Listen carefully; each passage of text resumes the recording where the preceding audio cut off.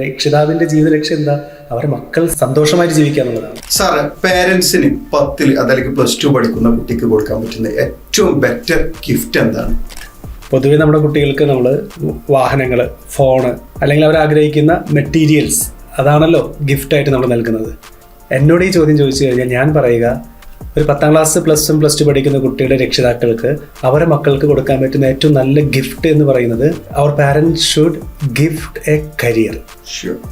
അവരുടെ ജീവിതത്തിലേക്ക് life long ഉപകാരപ്പെടുന്ന കൃത്യമായൊരു കരിയർ കണ്ടെത്താനുള്ള വഴി അത് ഗിഫ്റ്റായിട്ട് നൽകുക. പഠിക്കാനുള്ള സാഹചര്യങ്ങൾ നമ്മൾ പൈസ കൊടുത്ത് വാങ്ങി അവരുടെ കയ്യിൽ ഏൽപ്പിക്കുന്നുണ്ട്.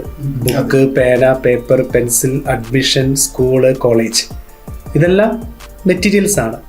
പക്ഷേ ഈ പറഞ്ഞ കാര്യങ്ങളെ എങ്ങനെ കൃത്യമായി ഉപയോഗിക്കണം, ഇവൻ എങ്ങനെയാണ് ഇവൻ്റെ ലൈഫിനെ മുന്നോട്ട് പോകേണ്ടത്, നമ്മുടെയൊക്കെ ഏറ്റവും പ്രധാനപ്പെട്ട ജീവിത ലക്ഷ്യം എന്താണ്? ഒരു രക്ഷിതാവിൻ്റെ ജീവിത ലക്ഷ്യം എന്താ?